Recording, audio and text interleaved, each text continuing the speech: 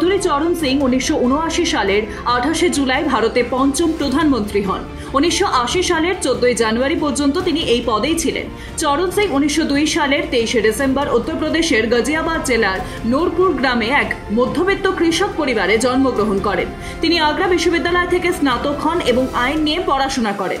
তিনি 1930 সালে ভারতের স্বাধীনতা আন্দোলনে অংশগ্রহণ করেন এবং 1937 সালে ইউনাইটেড প্রভিন্স লেজিসলেটিভ কাউন্সিলের সদস্য হন।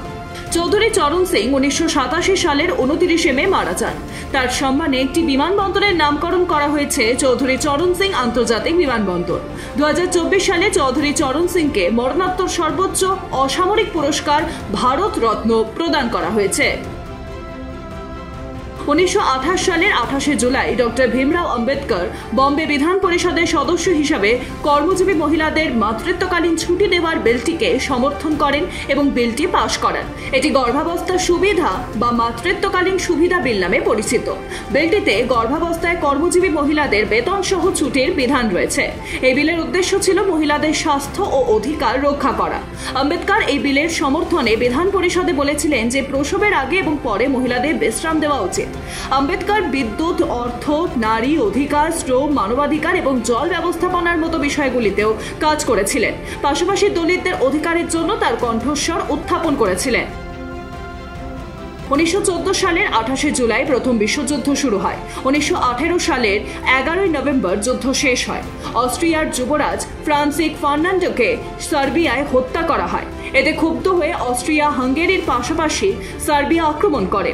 যুদ্ধটি মূলত দুটি জোটের মধ্যে শুরু হয়েছিল। একটি গোষ্ঠী ছিল মিত্রবাহিনী এবং অন্যটি ছিল অক্ষ শক্তি। মিত্র শক্তিগুলিতে মূলত ফ্রান্স, রাশিয়া, ব্রিটেন এবং মার্কিন যুক্তরাষ্ট্র নিয়ে গঠিত ছিল। অক্ষ শক্তিতে জার্মানি, অস্ট্রেলিয়া, হাঙ্গেরি, অটোমান সাম্রাজ্য এবং বুলগেরিয়া অন্তর্ভুক্ত ছিল। যুদ্ধে প্রায় 9 থেকে 11 মিলিয়ন সৈন্য এবং 6 থেকে 12 মিলিয়ন বেসামরিক নাগরিক নিহত হয়। যুদ্ধের পর শান্তি ও সহযোগিতা বজায় রাখার জন্য লিগ অফ নেশনস প্রতিষ্ঠিত হয়েছিল। প্রথম বিশ্বযুদ্ধ বিশ্বের ভূরাজনৈতিক পরিস্থিতিকে বদলে দেয় এবং দ্বিতীয় বিশ্বযুদ্ধের বীজ বপন করে। शिक्षा देश का गौरव है और आरकेडीएफ यूनिवर्सिटी शिक्षा का उद्यम है। आरकेडीएफ में सवारे अपना भविष्य। पीएचडी, एमफिल करें अपने पसंदीदा विषय में। सर्टिफिकेट डिप्लोमा के 74 कोर्सेज। RKDF university. आरकेडीएफ में सवारे अपना भविष्य। पीएचडी, एमफिल करें अपने पसंदीदा विषय में। सर्टिफिकेट डिप्लोमा के 74 कोर्सेज केवल आरकेडीएफ यूनिवर्सिटी में। RKDF university. आरकेडीएफ में सवारे अपना भविष्य। सर्टिफिकेट डिप्लोमा के 74 कोर्सेज केवल आरकेडीएफ यूनिवर्सिटी में। RKDF university. आरकेडीएफ यूनिवर्सिटी में एडमिशंस ओपन। आरकेडीएफ यूनिवर्सिटी भविष्य को लेकर परेशान है? आरकेडीएफ यूनिवर्सिटी है इसका हल। पीएचडी, एमफिल किसी भी विषय में। डिप्लोमा के अनेक अवसर है आरकेडीएफ यूनिवर्सिटी में। Admissions open. RKDF university. Education glorifies nation. 1976 সালের 28শে জুলাই চীনের টাংসান অঞ্চলে একটি শক্তিশালী ভূমিকম্প হয়, যার ফলে 2.5 লক্ষ মানুষ নিহত হয়। রিক্টার স্কেলে এর তীব্রতা ছিল 7.6। এটি গ্রেট তানসাং ভূমিকম্প নামেও পরিচিত, যা সকাল 3:42-এ হেওয়াইয়ের টাংসানের আশেপাশের অঞ্চলে আঘাত হানে।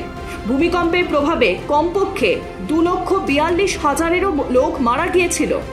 তবে সরকারি নথির তুলনায় মৃত্যুর সংখ্যা 3 গুণ বেশি ছিল।